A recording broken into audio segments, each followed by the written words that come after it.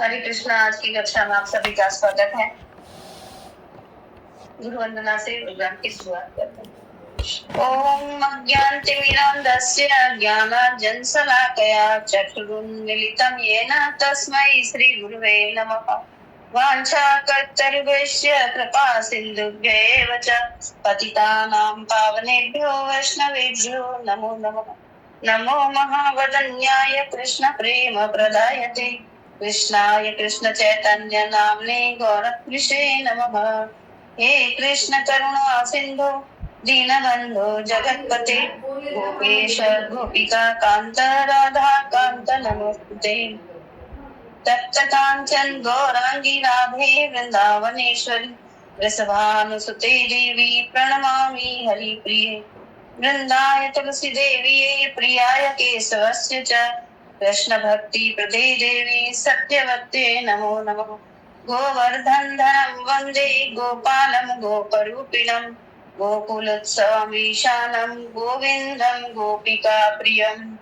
श्री कृष्ण चैतन्य प्रभु नित्यानंद श्री अद्वैत गदाधर श्रीवासदि गौर भक्त वृंद। हरे कृष्णा कृष्ण कृष्ण हरे हरे हरे राम राम राम हरे हरे। हरे कृष्णा कृष्ण कृष्ण हरे हरे हरे राम राम राम हरे हरे। हरे कृष्णा कृष्ण कृष्ण हरे हरे हरे राम राम राम हरे हरे। हरे कृष्णा कृष्ण कृष्ण हरे हरे हरे राम राम राम हरे हरे। हरे कृष्णा कृष्ण कृष्ण हरे हरे हरे राम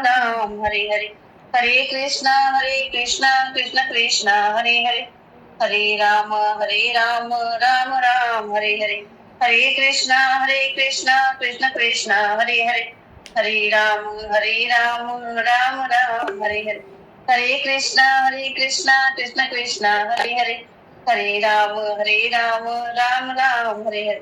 हरे कृष्णा कृष्ण कृष्ण हरे हरे हरे राम राम राम हरे हरे। हरे कृष्णा कृष्ण कृष्ण हरे हरे हरे राम राम राम हरे हरे। हरे कृष्णा कृष्ण कृष्ण हरे हरे हरे राम राम राम हरे हरे। हरे कृष्णा। सभी रूपारों की परंपरा की जय। सभी गुरुओं के चरणों में कोटि कोटि प्रणाम। श्री चैतन्य महाप्रभु जी को कोटि कोटि नमन प्रणाम। श्रीधर महाराज जी को भी कोटि कोटि प्रणाम। आप सब भक्तजनों के यथायोग्य योग्य प्रणाम। हरे कृष्णा। प्रोग्राम की शुरुआत करते हैं। वीना ने हैंड रेस क्यों करा हुआ है? एक मिनट। हाँ, वो मैं हरि नाम बोलती थी ना, इसलिए उन्होंने हैंड रेस कर दिया। ओके। वीना जी क्यों किया? इसलिए किया ना, ट्रेंड के लिए। हाँ, मुझे लगा हरि नाम में टर्न लगाना है। नहीं, मैं 11 करती हूँ इसके साथ में। ओके। तो पहले 15वां अध्याय का एक बार पठन कर लेते हैं हम, उसके बाद में आगे शिक्षा के श्लोक की प्रैक्टिस करेंगे और समय के साथ में 14 श्लोक। ओम श्री परमात्मने नमः। श्रीमद् भगवद गीता अथ पंचदशोऽध्यायः। ओम श्री भगवानुवाच ऊर्ध्वमूलमदशाखम् अस्वस्थं प्राहुरव्ययम् छन्दांसि यस्य पर्णानि यस्तं वेद स वेदवित्। अधोश्चोर्ध्वं प्रसृतास्तस्य शाखा गुणप्रवृद्धा विषयप्रवालाः। अधश्च मूलान्यनुसन्ततानि कर्मानुबन्धीनि मनुष्यलोके न रूपमस्येह तथोपलभ्यते नान्तो न चादिन्न च सम्प्रतिष्ठा। अस्वस्थमेनं सुविरूढमूलम् असङ्गशस्त्रेण दृढेन छित्त्वा ततः पदन्तः परिमार्गितव्य यस्मिन् गता न निवर्तन्ति भूयः तमेव चाद्यं पुरुषं प्रपद्ये यतः प्रवृत्तिः प्रसुता पुराणी निर्मानमोहाजितसङ्गदोषा अध्यात्मनित्या विनिवृत्तकामाः गन्धेर्विमुक्ता सुखदुःखसङ्गे गच्छन्त्यमूढाः पदमं व्ययन्तत् न तद्भाषयते सूर्यो न शशाङ्को न पावकः यद्गत्वा न निवर्तन्ते तद्धाम परमं मम ममैव वांशो जीवलोके जीवभूतः सनातनः मनः षष्ठानि इन्द्रियाणि प्रकृतिस्थानि कर्षति शरीरं यदवाप्नोति यच्चाप्युत्क्रामतीश्वरः गृहीत्वैतानि संयाति वायुर्गन्धानि वाशयात् श्रोक्तं चक्षुः स्पर्शन् च रसनं घ्राणमेव च अधिष्ठाय मनस्त्वायं विषयानुपसेवते उत्क्रामन्तं स्थितं वापि भुञ्जानं वा गुणान्वितं विमूढानानुपश्यन्ति ज्ञानचक्षुषः यतन्तो योगिनश्चैनं पश्यन्त्यात्मन्यवस्थितं यतन्तोऽप्यकृतात्मानो नैनं पश्यन्त्यचेतसः यदादित्यगतं तेजो जगद्भाषयतेऽखिलम् यच्चन्द्रमसि यच्चाग्नो तत्तेजो विद्धि मामकम् गामाविश्य च भूतानि धारयाम्यहमोजसा उष्णामि चोदसी सर्वा सोमो भूत्वा रसात्मकः अहं वैश्वानरो भूत्वा प्राणिनां देहमाश्रितः प्राणापानसमायुक्तः पचान्यं चतुर्विधम् सर्वस्य चाहं हृदि सन्निविष्टो मत्तः स्मृतिर्ज्ञानमपोहनं च वेदैश्च सर्वैरहमेव वेद्यो वेदान्तकृतदेव चाहम् भाविमो पुरुषो लोके क्षरः एव च क्षरः सर्वाणि भूतानि कूटस्थोऽक्षर उच्यते उत्तमः पुरुषस्त्वन्यः परमात्मेत्युदाहृतः यो लोकत्रयमाविश्य बिभर्त्यव्यईश्वरः यस्माक्षरमतीतोऽहम् अक्षरादि चोत्तमः अतोऽस्मि लोके वेदे च प्रतीतः पुरुषोत्तमः यो मामेव सम्मूढो जानाति पुरुषोत्तमः तमं स सर्वविद् भजति मां सर्वभावेन भारत इति गुह्यतमं शास्त्रम् इदमुक्तं मया नघ एतद्बुद्ध्वा बुद्धिमान् स्यात् कृतकृतश्च भारत ॐ तत्सदिति श्रीमद्भगवद्गीतासु उपनिषत्सु ब्रह्मविद्यायां योगशास्त्रे श्रीकृष्णार्जुनसंवादे पुरुषोत्तमयोगो नाम पञ्चदशोऽध्यायः। ॐ श्रीकृष्णार्पणमस्तु। हरे कृष्णा। पुरुषोत्तम योग की जय। जय। हरे कृष्णा। तो पहले चौराष्टकम ले लूं मैं? हाँ बोलो। चौराष्टकम ले लेते हैं, उसके बाद में फिर अपन प्रैक्टिस कर लेंगे। हाँ ले लो, है ना, वो ठीक रहेगा। हाँ क्योंकि मेरा वाला पार्ट भी खत्म हो जाएगा। जी, चौराग्रगण्य पुरुषाष्टकम इसको ये भी बोलते हैं और चौराष्टकम भी बोलते हैं। और ये लिखा गया है शिला बिल्वमंगल ठाकुर द्वारा। ब्रजे प्रसीदं नवनीतचोरं गोपाङ्गनानां च दुकूलचोरम् अनेकजन्मार्जितपापचोरं चोराग्रगण्यं पुरुषं नमामि। ब्रजे प्रसीदं नवनीतचोरं गोपाङ्गनानां च दुकूलचोरम् श्रीराधिकाया हृदयसचोरं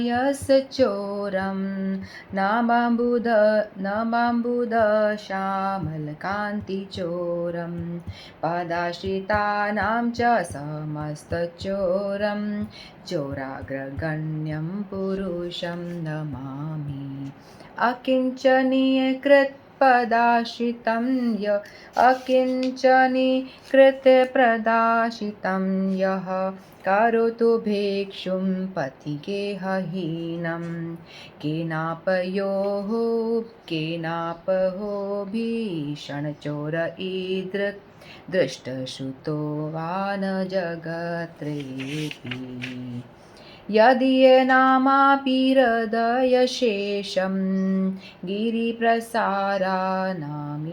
गिरिप्रसारानापि पापराशिन् आश्चर्यरूपो ननु चोर ईदृक् दुष्टसुतो वा न मया कदापि। धनं च मानं च तथेन्द्रियाणि प्राणाश्च हत्वा मम सर्वमेवम् पलायने कुत्र धृतोदचोर त्वं भक्तिदामासि मया निरुध छिन्दन्सि घोरं यं पाशबन्धनं भिन्दन्सि भीमं भवपाशबन्धनं छिन्दन्सि सर्वस्य समस्तबन्धं नैवात्मनो भक्तकृतं तु बन्धनम् मन्मानसे तामसरशिघोरे कराग्रहे दुःखमये निबृध लभस्त्वहे चोर हरे चिराय स्वचौर्यदोषोचितमेव दण्डम्। ब्रजे प्रसीदं नवनीतचोरं गोपाङ्गनानां च दुकूलचोरम् अनेकजन्मार्जितपापचोरं चोराग्रगण्यं पुरुषं नमामि।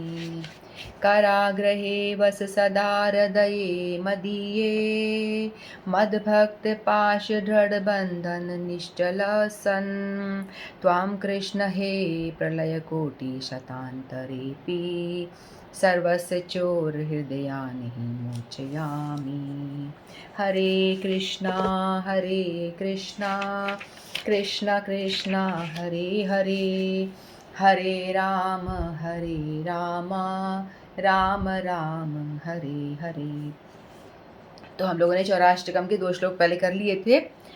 तो पहले 2 जो श्लोक हमने किए थे इसमें बताया था कि हम एक ऐसे चोर के बारे में बात कर रहे हैं जो कि बहुत ही क्यूट है, बहुत ही अच्छा चोर है और क्या क्या चुराता है उसके बारे में बिल्वमंगल ठाकुर बता रहे हैं, जो कि बहुत ब्रज में बहुत प्रसिद्ध चोर है। गोपांग नाग च दुकुल चोरम, गोपांग नाव के दुकुल यानी वस्त्रों को चुराने वाला, अनेक जन्मार्जित पाप और अनेक अनंत जन्मों के जो पाप हमने अर्जित कर रखे हैं उन सबको वो चुरा लेता है। ठीक है, जो चीज़ हमें नहीं चाहिए वो चुरा रहा है, तो अच्छा चोर है ना। फिर पाप चोरम चौरागण्यम पुरुषम नमामि, ऐसे चोर को मैं नमस्कार करता हूँ, बिल्वमंगल ठाकुर कह रहे हैं। फिर कहते हैं श्री राधिका हृदयस्य चोरम, राधा रानी के हृदय को चुराते हैं। फिर नवाम्बुदम श्यामल कांति चोरम, और उन्होंने अपना जो श्याम रंग का उनकी कांति है बॉडी की, वो भी उन्होंने कहाँ से चुराई है? बादलों से अपनी श्यामल कांति, श्यामल रंग भी उन्होंने चुरा लिया। और राधा रानी से उनका गोरा रंग, उनका भाव, उनका हृदय सब कुछ चुरा रखा है राधा रानी का भी।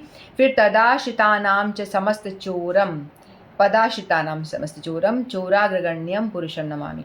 और पदाश्रितानां का मतलब जो भी उनके पद यानी उनके आश्रय होते हैं, उनका पदों का, उनके चरणों का आश्रय लेते हैं, यानी भक्तों का, जो भी उनके भक्त हैं उन सब के भी वो सब कुछ चोरी कर लेते हैं। तो ऐसे चोर हैं वो। नेक्स्ट श्लोक लेते हैं। अकिंचनीकृत पदाशितं यः करोतु भिक्षुं पथिगेहहीनं केनाप्यो भीषणचोरयिद्रे दुष्टकुतो वा न जगत्श्रियेऽपि।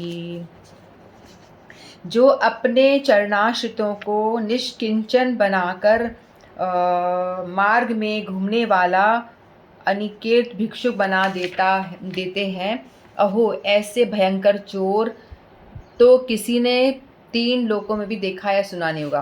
तो ऐसे चोर की बात हो रही है जो अपने चरणाश्रित, जो उनके चरणाश्रित हो जाते हैं, उनका सब कुछ चुरा लेते हैं, यानी उनका सब कुछ वो चुरा लेते हैं।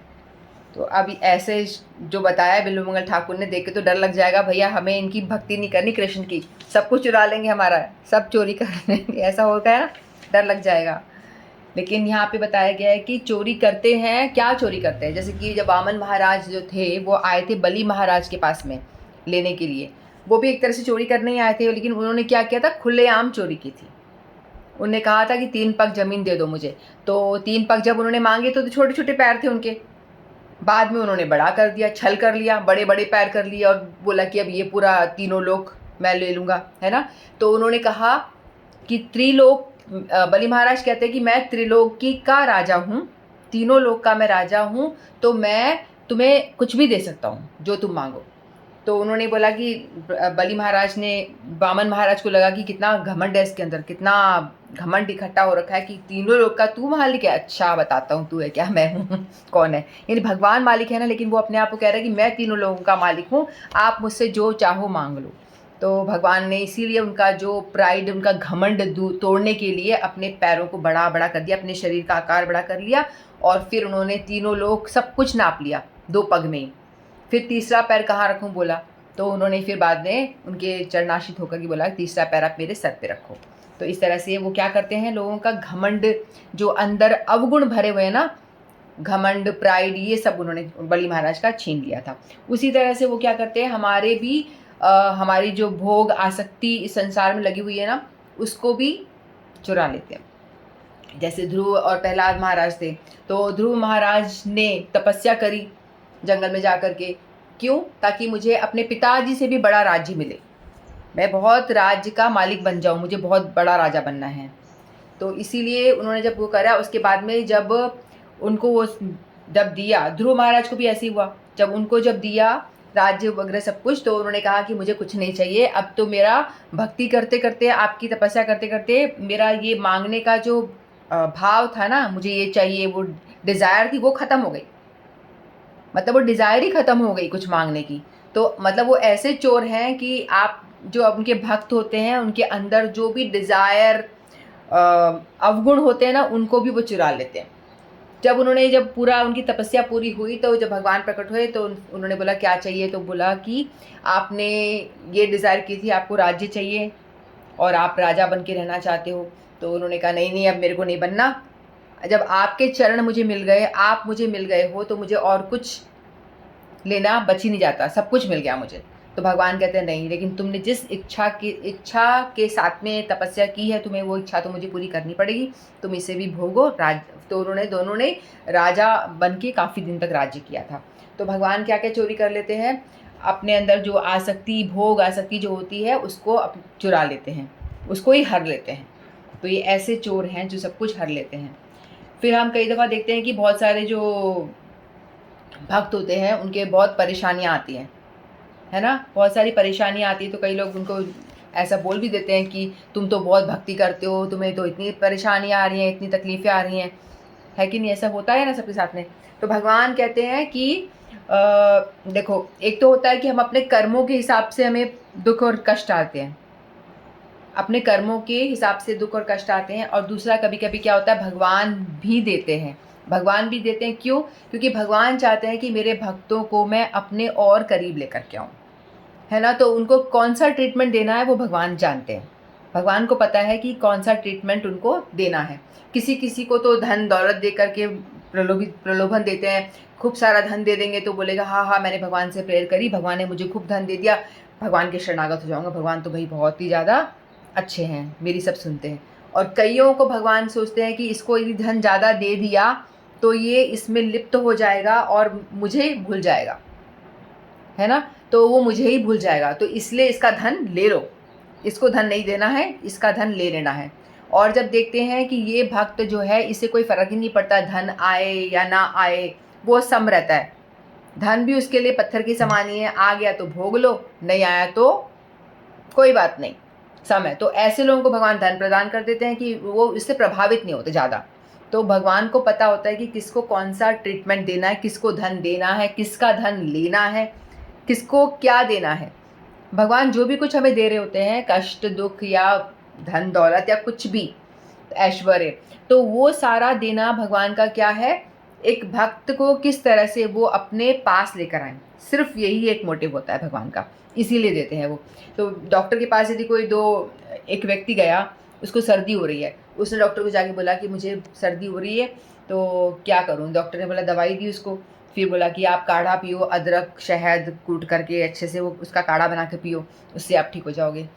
फिर दूसरा जो उसके साथ में फ्रेंड था वो भी गया, तो उसको गर्मी हो रखी थी बहुत ज़्यादा, पेट में अपसेट हो रहा था, पेट एकदम गर्मी के मारे ख़राब हो रहा था, तो उसको जाके उसने बोला, तो डॉक्टर ने कहा आप ठंडा ठंडा दही और ठंडा ठंडा छाछ पियो, तो उससे क्या होगा, आपकी पेट की गर्मी निकलेगी। अब दोनों को एक ट्रीटमेंट नहीं दिया, है ना, जैसा रोगी था उसके अकॉर्डिंगली उसको ट्रीटमेंट मिला। यदि दोनों को एक ही बोल देते डॉक्टर कि भाई तू भी दही पी, जो ठंड वाला है जिसको सर्दी हो रही है और ठंडी हो जाती, उसका रोग और बिगड़ जाता, और जिसको गर्मी हो रही है उसको यदि अदरक काढ़ा पीने के लिए बोल देते तो उसका तो पेट और बुरी तरह से ख़राब हो जाता। तो इसीलिए डॉक्टर भी अकॉर्डिंग टू द पेशेंट दवाई देता है कि इसको क्या देना है, इसको क्या रोग है। तो वैसे ही हम सारे भी संसार में रोगी हैं, भव रोगी है, हम सबको भी रोग हो रखा है, तो इसीलिए भगवान भी वो डॉक्टर जैसे हैं, वो देखते हैं कि इस व्यक्ति को क्या ट्रीटमेंट देना है, क्या कब कष्ट देना है, कब इसको धन दौलत देनी है, कब इसके साथ में ले लेना है, तो इस हिसाब से वो देते हैं। तो भगवान जो भी कुछ एक डिवोटी के साथ करते हैं वो मतलब उसके भले के लिए होता है। तो हमें जो भी भगवान के आश्रित हैं, भगवान से श्रद्धा करते हैं और श्रद्धा करके भगवान का पूजा भक्ति जो कर रहे हैं, तो उनको भगवान पे पूर्ण ट्रस्ट होना चाहिए कि मेरे साथ जो भी कुछ कष्ट परेशानी या कुछ भी जो आ रहा है सब भगवान की कृपा ही है, कष्ट भी है वो भी कृपा ही है। क्योंकि भगवान कई बार ऐसा होता है ना कि कष्ट देते हैं, तो कष्ट देने से वो बोलता है कि मेरा तो कोई नहीं इस दुनिया में, ये भी नहीं, सारे रिश्ते नाते झूठे, तू ही एक साचो, तो फिर वो मेरे शरणागत हो जाता है। जब चारों तरफ से धोखा खाता है व्यक्ति कि भाई इसने भी धोखा दे दिया, इस दोस्त ने भी दे दिया, इस पति ने, पत्नी ने, बच्चों ने, सब ने धोखा दे दिया, अब तो कोई रास्ता बचा ही नहीं है, हे भगवान मैं तो तेरे शरणागत। तो भगवान फिर बोलते हैं हाँ आ जा, अब सही है, अब तो मेरे पास आ जा। तो भगवान इसीलिए ऐसा करते हैं। तो कुछ तो होते जो लोग डिवोटी नहीं है उनके साथ में भी यही सब होता है, परेशानी आती है, लेकिन उनके साथ में कर्म के हिसाब से, उनके जो कर्म का जो स्टॉक है वो लेकर आए हैं, पाप पुण्य, उसके अकॉर्डिंगली उनको परेशानी आती है। लेकिन जो डिवोटी होते हैं, जो भगवान के शरणागत हो चुके हैं, भगवान के मतलब आश्रित हैं, उनके पास भी यदि कष्ट परेशानियाँ आती हैं तो ये ठीक उसी तरह से है जैसे कि कोई एक दुश्मन है, दुश्मन ने एक चपेड़ मारी, एक चांटा मारा, तो उससे क्या होगा, बहुत कष्ट होगा कि क्यों मारा मुझे, या उसने कुछ परेशान किया आपको, है ना। और वहीं एक माँ यदि आपको एक चांटा लगाती है तो वो क्या देगा आपको, नेक्टर देगा, अमृत की तरह होगा। माँ की डांट डपट जो होती है वो एक अमृत की तरह होती है, क्योंकि माँ बच्चे को क्यों डांट रही है, ताकि वो उसको सुधार पाए, है ना। क्योंकि माँ चाहती है कि बच्चा जो है सही रास्ते चले, अच्छे से पढ़ाई करे, खेलने के टाइम पे खेले, पढ़ाई के टाइम पे पढ़ाई करे, तो इसीलिए वो चाहती है कि वो ठीक से चले, डिसिप्लिन में रहे।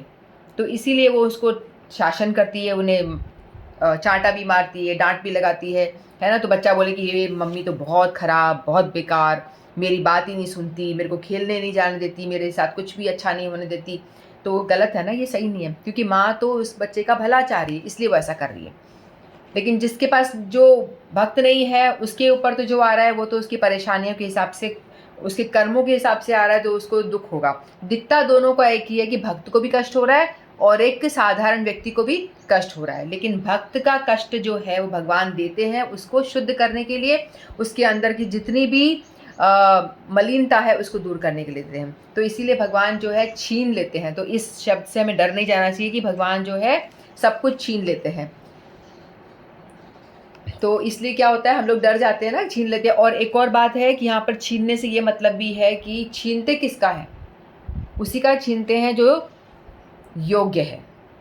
ठीक है, जो क्लास में एग्ज़ाम हो रहा है तो सेकंड क्लास का बच्चा है, सेकंड क्लास के बच्चे को हम 10th क्लास का पेपर तो नहीं पकड़ाएंगे ना, 10th क्लास का पेपर नहीं देंगे उसको, और उसको सेकंड क्लास के लेवल का ही मिलेगा। तो हमारी जो भक्ति है, अभी तो हमारी सेकंड क्लास तो छोड़ो, हम तो अभी एंटर ही हुए हैं। मेरा बता रही हूँ, हम तो मतलब भक्ति के अंदर अभी प्रवेश ही, मतलब नाम ही लिखाया है कि चलो भक्ति करेंगे हम। तो हमें वो कष्ट भगवान क्यों देंगे? भगवान उन्हें ही कष्ट देंगे जो उच्च कोटि के डिवोटी बन चुके हैं, जो बहुत भक्ति में आगे बढ़ चुके हैं, है ना। तो उनको लेवल, उनका जो पेपर, क्वेश्चन पेपर आएगा, एग्ज़ाम होगा, वो होगा उस लेवल का। हमारा नहीं, हमारा तो नॉर्मल, हम तो भक्त बने ही नहीं अभी तो इसलिए हमारे पास जो आएगा वो तो कुछ नहीं होगा, छोटा मोटा। तो इसीलिए हमें डरना नहीं चाहिए। यदि अगर भक्ति में आगे बढ़ते हो फिर कष्ट आते हैं तो उनको लगेगा भी नहीं, जो डिवोटी होगा उसको पता चलेगा भी नहीं कि मेरे साथ कुछ गलत हो रहा है, क्योंकि वो एग्ज़ाम दे रहा होता है तो उसमें पास आराम से होता है, क्योंकि वो पढ़कर आया है ये सब चीज़ें। तो इसीलिए भगवान कहते हैं कि वो सब कुछ चुरा लेते हैं। क्या चुराते हैं? जो अपने चरणाश्रित होते हैं उनका जो भी उनके अंदर अवगुण होते हैं उसको चुरा लेते हैं, और कभी कष्ट भी देते हैं तो भी वो उनके भले के लिए देते हैं, जिससे कि वो उनकी और ही आगे जाएं। ठीक है, एक बार क्या होता है, कृष्ण और अर्जुन घूमने के लिए निकलते हैं, और जब वो घूमने के लिए जा रहे होते हैं तो उस टाइम पे कृष्ण अर्जुन कहते हैं चलो कहीं से भिक्षा मांगते हैं, कुछ खाने के लिए, देखते हैं लोग कैसे हैं यहाँ के, टेस्ट करते हैं। तो किसी एक अमीर के घर में घुस जाते हैं, दोनों वेश बदल के जाते हैं। तो किसी अमीर के घर में घुसते हैं, उनको बोलते हैं कि हमें भूख लगी है, खाना खिला दीजिए। तो फिर वो कहते हैं कि जाओ, कहाँ कहाँ से भिखारी आ जाते हैं मांगने वाले, वो वेश बदल के गए होते हैं, निकलो यहाँ से, कहाँ कहाँ से भिखारी आ जाते हैं। तो दोनों बाहर आ जाते हैं। फिर कृष्ण कहते हैं तेरा खूब धन दौलत बढ़ जाए, खूब तेरा अच्छा हो जाए, खूब तेरा धन घर बंगला सब खूब बन जाए। तो अर्जुन देख के हैरान, ये क्या बोल रहे हैं, मतलब इसने घर से बाहर निकाल दिया, खाना भी नहीं दिया, मतलब अपमान करके, और आप इसको ऐसा बोल रहे हो। फिर आगे जाते हैं, थोड़ा आगे जाके एक बूढ़ी अम्मा होती है, कभी गरीब अम्मा। तो उसके घर में एक गाय होती है, और वो बस बड़ी गरीब होती है, निर्धन होती है। तो बस वो अकेली और वो गाय, 2 जने थे और कोई नहीं था। तो जैसे ही उनके घर में घुसते हैं कि अम्मा कुछ खाने को मिलेगा, तो वो अम्मा कहती है कि अरे बेटा, मैंने खाना वाना तो सब ख़त्म हो गया, मैंने प्रसाद पाकर सब धो के रख दिया, कुछ भी नहीं है अभी तो मेरे पास। तो बोले कृष्ण और ये दो, अर्जुन बोले ठीक है तो हम चलते हैं आगे। बोलते नहीं नहीं नहीं बेटा, बैठो, आप बैठो, मेरे पास एक गैया है, मैं उसका दूध निकाल के अभी तुम्हें देती हूँ। तो कृष्ण गए, वो अम्मा गई और उन्होंने ताज़ा ताज़ा दूध निकाला और दोनों को एक एक गिलास दिया। फिर जैसे ही वो जाने लगे तो कृष्ण कहते हैं उनको, मैया तेरी गैया जल्दी ही मर जाए। तो फिर वो आगे जाते हैं तो वो कहती है, तो अर्जुन कहते हैं एकदम आश्चर्यचकित हो जाते, बोलते ये क्या, जिसने तुम्हारे साथ इतना बुरा किया, इतना तुम्हारा इंसल्ट किया, और तुम तो उसको बोल के, तो धंधे धान तेरा बढ़ जाए, और ये जो मैया है जिसने आपकी सेवा करी, सत्कार करी, कुछ नहीं था तो भी आपको खिलाया, दूध निकाल के पिलाया जो था उसके, और आप उसको बोल रहे हो, एक गाय थी उसके लिए भी बोल रहे हो तुम ये मर जाए। तो कृष्ण बोलते हो देखो, तुम अभी का देख रहे हो, मैं दूर का देख रहा हूँ, मैं इसलिए ऐसा बोल रहा हूँ। और जो वो अमीर व्यक्ति था जो जिसने हमारी इंसल्ट करी, हमें भगाया, उसको मैंने बोला तेरे को इतना भोग ऐश्वर्य मिले कि तू उसमें फंसा का फंसा रह जाए, है ना। इतना भोग मिलेगा तो अपने परिवार, पुत्र, अपने संसार के अंदर वो फंसा का फंसा रह जाएगा, उसको भगवान वक्त तो कभी याद आएंगे ही नहीं, कुछ भी भक्ति युक्त कर्म वो करेगा ही नहीं बिल्कुल भी। तो इसीलिए मैंने कहा कि तू तो फंसा रहा है, जन्म जन्मांतर तक जन्म ले मर, फिर जन्म ले मर, कभी कीड़ा बन, कभी बकरी बन, कभी कुछ बन, कभी नरक में जा, कभी कहीं जा, कुछ पेड़ बन, तो यही बनता रहे और तू तो यहीं फंसा रह जाए। तो मैं चाहता हूँ कि वो मेरे पास कभी आए ही ना, यहीं पड़ा रहे, इसलिए मैंने उसको ये बोला। और गैया जो ये मैया थी, इसको मैंने कहा तेरी गाय है वो मर जाए जल्दी। तो अर्जुन ने कहा तो इनको ऐसे क्यों बोला? बोला इसको मैंने इसलिए बोला क्योंकि मैया है ना, ये बूढ़ी अम्मा अगले हफ्ते मर जाने वाली है, इसका जो लाइफ है वो ख़त्म हो जाएगी। और जब इसको पीछे एक गाय ही उसके पास में है और जब वो इसका स्मरण करती रहेगी, अरे मेरे बिना मेरी गाय का कौन ध्यान रखेगा, मेरी गाय को कौन खिलाएगा, ऐसा स्मरण करते करते यदि मरेगी तो उसका जन्म खराब हो जाएगा और वो उसकी मृत्यु बिगड़ जाएगी और वो मरने के बाद में फिर वो गाय बन जाएगी, क्योंकि गाय का स्मरण करते करते मरेगी ना। बताया ना भगवान ने, जो स्मरण करते करते आप शरीर त्यागोगे वही बनोगे। तो फिर इसीलिए मैंने बोला कि पहले तेरी गैया को ही मार देता हूँ, फिर तू चैन से मरियो मेरा स्मरण करते करते, ताकि मैं तेरे को भगवत धाम लेकर के आ जाऊँ। तो इसलिए मैंने कहा मैया तेरी गैया कल ही मर जाए। तो गैया मर जाती है, उसके बाद में मैया 2 दिन रोएगी, 4 दिन रोएगी, रो करके चुप हो जाएगी। लेकिन बाद में उसका जो जन्म, उसका जो जीवन है वो तो सार्थक हो जाएगा ना, क्योंकि मरते टाइम वो गैया मर गई तो कोई चिंता नहीं रहेगी उसको। उसके बाद में वो भगवत स्मरण करते करते शांति से मरेगी, क्योंकि एक सहारा गैया है, वो भी चला जाएगा तो बोलेगी भगवान अब तो तू ही सहारा, कुछ बचा नहीं अब मेरे पास। तो इसीलिए मैंने उसको ये बोला। तो गैया मरे इसीलिए ही वो मेरी आश्रित होगी और तभी वो भगवत धाम इसी जन्म में आ पाएगी। और वो धनवान व्यक्ति था, वो पड़ा रहेगा पता नहीं अनंत जन्मों तक कभी नरक में जाएगा, फिर भोगेगा, फिर क्योंकि जिसके पास पैसा होता है वो गलत काम ही करता है, वो भगवत भक्ति की ओर तो आएगा नहीं, उल्टे सीधे काम करेगा, भोगता रहेगा। तो इसीलिए मैंने कहा कि तू भोगता रहे, पड़ा रहे यहीं पे, और गैया जो है, ये मैया है, वो मेरे साथ आ जाए, फटाफट आ जाए मेरे पास। तो हमें जो दिखता है वैसा होता नहीं, इसलिए भगवान जो भी करते हैं हमारे लिए वो हमारे लिए सर्वश्रेष्ठ है। तो हमको ये भगवान पर ट्रस्ट होना चाहिए कि भगवान जो भी हमारे साथ करेंगे, या कष्ट आएगा या कुछ अच्छा होगा या बुरा होगा, सब कुछ जो भगवान का कृपा ही है। तो इसीलिए हमको डरना नहीं चाहिए। जब भगवान ऐसा हम सुनते हैं कि अपने भक्त जनों का सब हर लेते हैं, यदि ऐसी बात हम सुनते हैं तो हमें घबराना नहीं चाहिए, ठीक है। और ये भक्तों की बात हो रही है जो हाई उच्च कोटि के भक्त है, और हम तो कोई भक्त कैटेगरी में ही नहीं आते अभी, ठीक है। भिक्षुक बना देते हैं, ये हमने डिस्कस किया। तो क्या आपने ऐसे चोर के विषय में सुना है? ऐसा जो चोर है जो सब कुछ हर लेता है, इसमें बता रहे हैं कि जिनका नाम मात्र विशाल पर्वतों के समान पाप समूह को भी संपूर्ण रूप से हर लेता है, ऐसा आश्चर्यजनक चोर तो मैंने कभी भी कहीं देखा या सुना नहीं। तो ऐसा चोर के बारे में क्या आपने सुना है जो जिसका नाम लेने मात्र से हमारे अनंत अनंत जन्मों के जो पाप राशि गिरी प्रसादा, यानी पहाड़ जैसी ऊंची हमारे पाप की राशि इकट्ठी हो रखी है, वो सारा भगवान का एक नाम लेने मात्र से भस्म हो जाती है। ऐसा चोर के बारे में सुना है आपने कभी? तो वो बता रहे हैं इसमें क्या है कि जैसे कृष्ण की बात नहीं कर रहे कि कृष्ण एक व्यक्ति कुछ काम कर रहा है, उसकी बात अलग है। यहाँ तो व्यक्ति की बात नहीं हो रही, कृष्ण की बात नहीं हो रही, कृष्ण के नाम की बात हो रही है कि भगवान, व्यक्ति तो चलो फिर भी कुछ काम कर सकता है, लेकिन भगवान का जो नाम है वो भी यदि आप मजाक में बोल रहे हो या चलते फिरते बोल रहे हो, अपने बेटे को बुला रहे हो, तो भी वो नाम उतना ही इफेक्ट करेगा जितना कि भगवान कृष्ण करते। यानी नाम और नामी में कोई भेद नहीं है। यहाँ पे देखा जाए तो नाम की ही महिमा है, नाम की महिमा बिल्वमंगल ठाकुर गा रहे हैं, है ना।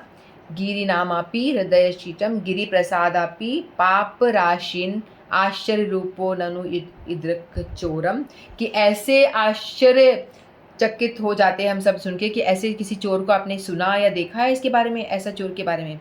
तो इस तरह से बिल्वमंगल ठाकुर कह रहे हैं कि इनका नाम लेने से ही समस्त पापों का नाश हो जाता है। तो 2 ही श्लोक करते हैं, फिर टाइम हो जाएगा। वांछा कल्पतरुभ्यश्च कृपा सिंधुभ्येव च पतितानां पावनेभ्यो वैष्णवेभ्यो नमो नमः। चौराष्टकम की जय, पुरुषोत्तम मास की जय। हरे कृष्ण।